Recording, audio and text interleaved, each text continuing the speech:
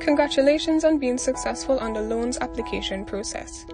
You are one of the first recipients of the Sustainable Island Resource Framework Fund or SIRF Revolving Loan Program.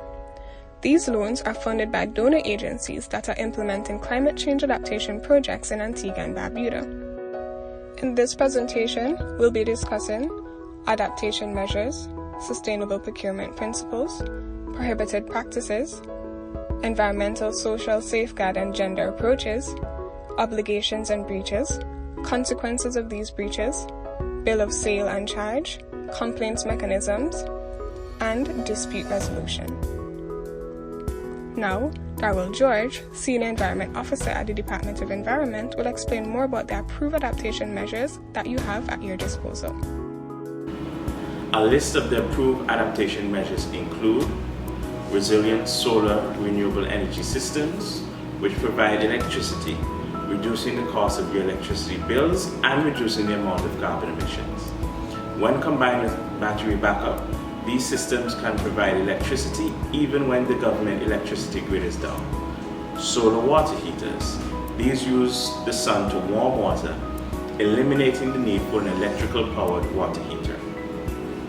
Energy efficient appliances. These are appliances that use significantly less electricity than conventional appliances, and these may include items such as fridges, microwaves, and washing machines. Before items are disposed, there must be a solid waste plan in place. Another option is roof reinforcements. This adaptation will help to improve the resilience of homes during storms or hurricanes and can be coupled with other adaptation options such as air ventilation or solar PV or water heaters. Strengthening windows and doors. The strengthening or reinforcement of windows and doors will help homes to better survive the impact of storms or hurricanes. This adaptation measure can also be coupled with other options such as mosquito screens or improved air ventilation. Community septic systems. These are septic systems that receive more than 2,500 gallons of wastewater or black water per day and serve 2 or more homes. This adaptation measure helps to reduce building costs or helps those who only have small amounts of land. This is very useful for 2 or more homes or businesses. Water storage. This adaptation option includes the installation of guttering and water tanks that will help to collect and store rainwater. This helps to reduce water bills and also provides a source of water if there's any issue with the government supply.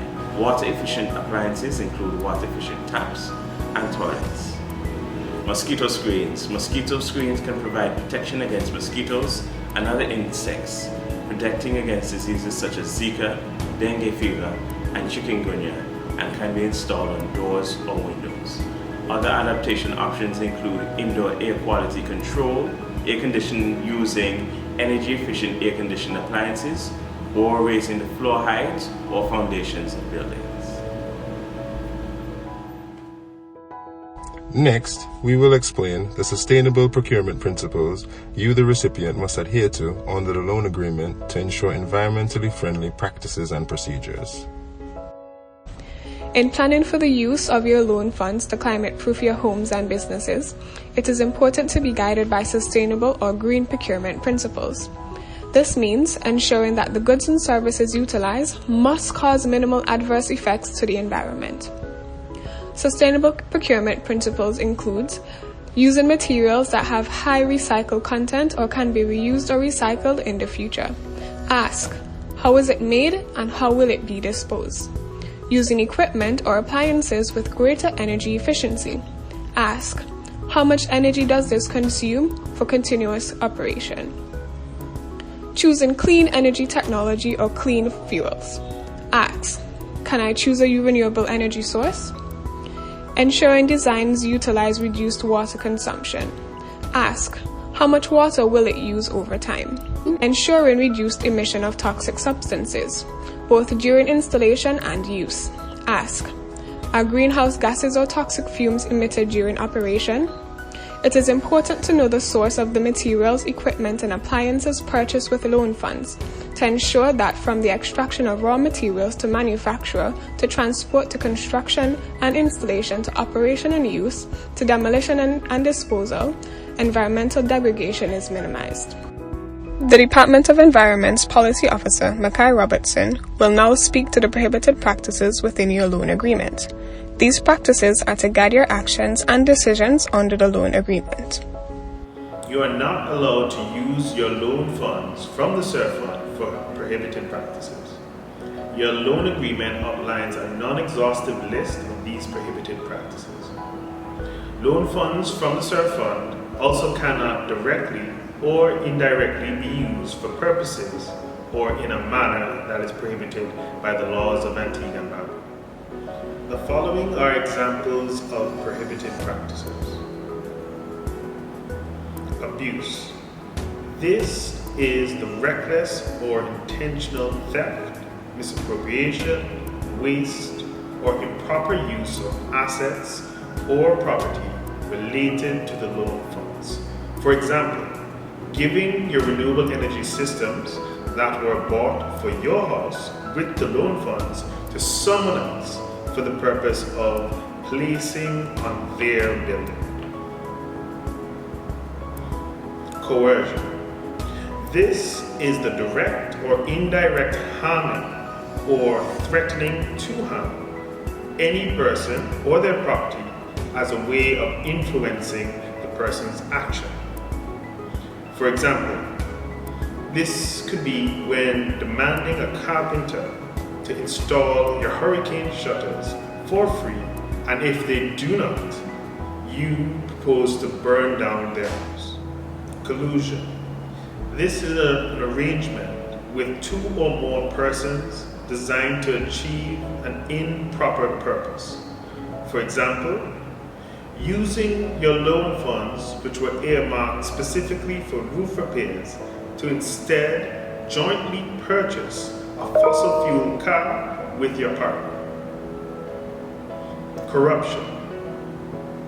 This is the direct or indirect promise, offering, giving, receiving, or soliciting of anything of value, any undue advantage, or an abuse of authority for the purpose of influencing the actions of others or obtaining an undue advantage for oneself or another. For example, offering money to a government official in an attempt to get your loan application approved. Financing of terrorism. This is the direct or indirect provision or collecting of the loan funds with the intention that they should be used in order to carry out an act intended to, among other things, cause death or serious bodily injury to a civilian for the purpose of intimidating a population or compelling a government or an international organization to do or abstain from doing any act. For example, giving your loan funds to a person that you know will use those funds to finance the committing of an act of terrorism. Fraud.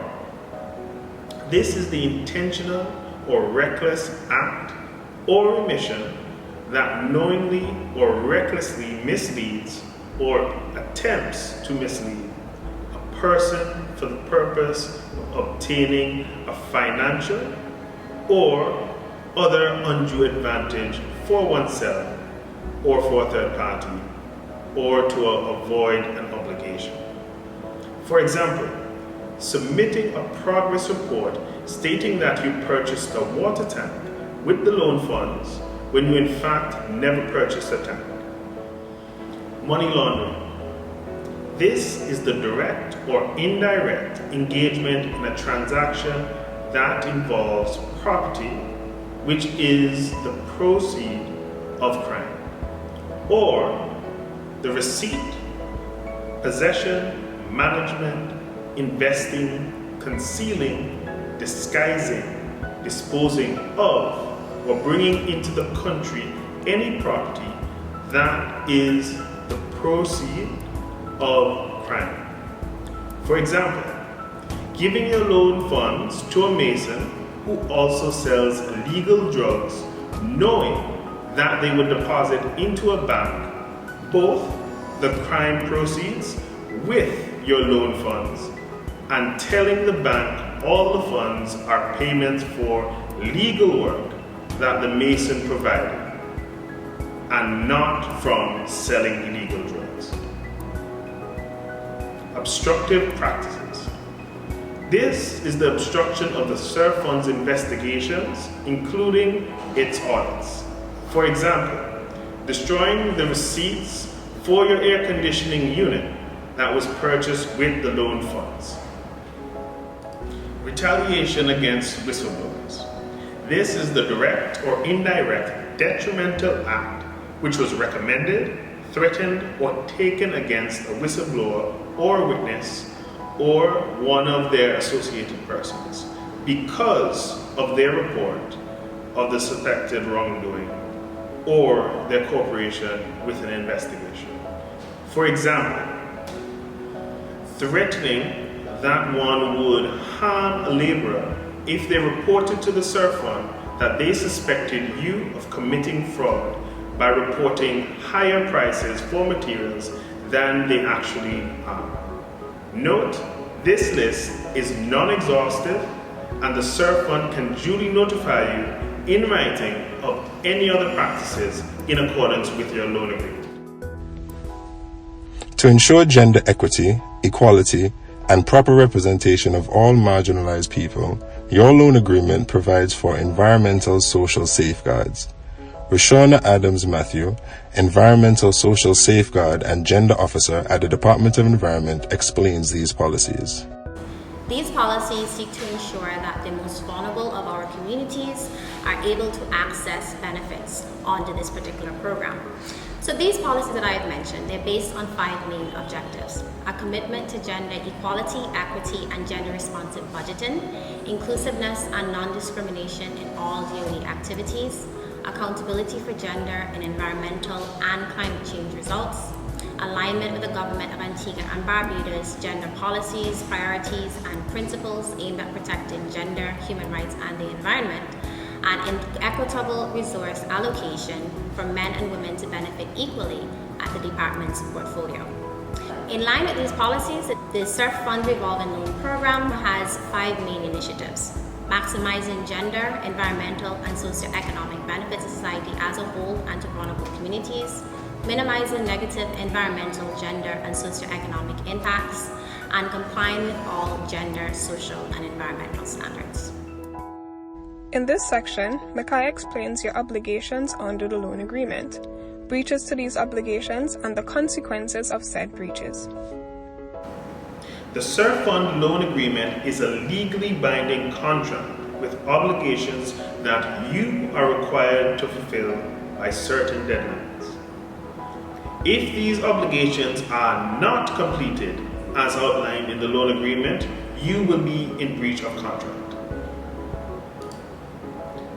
Some of these breaches are caused by failure to complete these following legal obligations: making timely loan repayments, using the loan funds for the specified purposes, not using the loan funds for prohibited practices or activities that would harm the environment and society, reporting progress on time and in the right form, granting a bill of sale or legal charge to the servant. Consequences of a breach. If the legal obligations outlined in your loan agreement with the SIRF Fund are breached, there are consequences. The SIRF Fund can seek to remedy the breach using specific measures. Normally, after it gives you written notice of the breach and seeks amicable solution if it is possible. Some of these measures include that the SIRF Fund can suspend further disbursements, require you to return the loan funds, enforcing its rights and remedies over the movable property or land and/or building, which are the subject of the bill of sale or charge. For example, requiring the sale of the property in order to refund the SIRF fund. Banning you from receiving any future funds from the SIRF fund. Terminating the loan agreement and releasing the SIRF fund from any of its obligations. This section highlights a risk management measure built into your loan agreement, which aims to encourage your loan repayment. The SIRF fund provides you with the option of either granting one of these two legal proprietary interests in its favor. 1. A bill of sale on movable property purchased under the loan, or 2. A charge on your land and/or building for the full amount of the loan. The enforcement of this risk management measure is one of the last resorts that will be used in the event that you cannot make repayments to your loan or in the event of your death. I recommend that you seek legal counsel to complete this legal obligation under your loan agreement. Here, Rishona explains the Department of Environment and SIRF Fund's Revolving Loan Code of Conduct, which you as a recipient are expected to abide by. This code of conduct calls for respect for the law, open and transparency in all activities, respect for others regardless of their immutable traits, accountability in the use and care of public resources, and excellence in the delivery of policy, programs, and services. So, should the department or the Sustainable Island Resource Fund not abide by any of the above listed, as a recipient, you are entitled to lodge a complaint against the department or against the SIRF fund loan. For more information on how to access this particular complaint mechanism, you can visit the department's website at www.environment.gov.ag/contact, where you'll find a video that explains the process for accessing the mechanism. You should expect that once it is you have lodged your complaint will be managed and investigated by competent staff, managed with confidentiality and accuracy, will be investigated in a timely and transparent manner, and will be treated with all severity because they matter to the department. In this section, Mikai outlines measures taken to resolve disputes under the loan agreement, so you, as a recipient, may have a safe and legal framework to report your concerns and have your issues resolved. If there are any disputes between the SIRF fund and yourself in relation to or arising out of your loan agreement, it is agreed that the following processes would be used in this order to resolve the matter. First, the DOE's complaints mechanism. Second, mediation. Third and last, arbitration. Arbitration is a dispute settlement procedure which is mutually agreed to by the concerned parties, involving independent arbitrators that make a legally binding decision on the parties. Your loan agreement details the arbitration process. For more information, you can visit the department's website at www.environment.gov.ag/contact.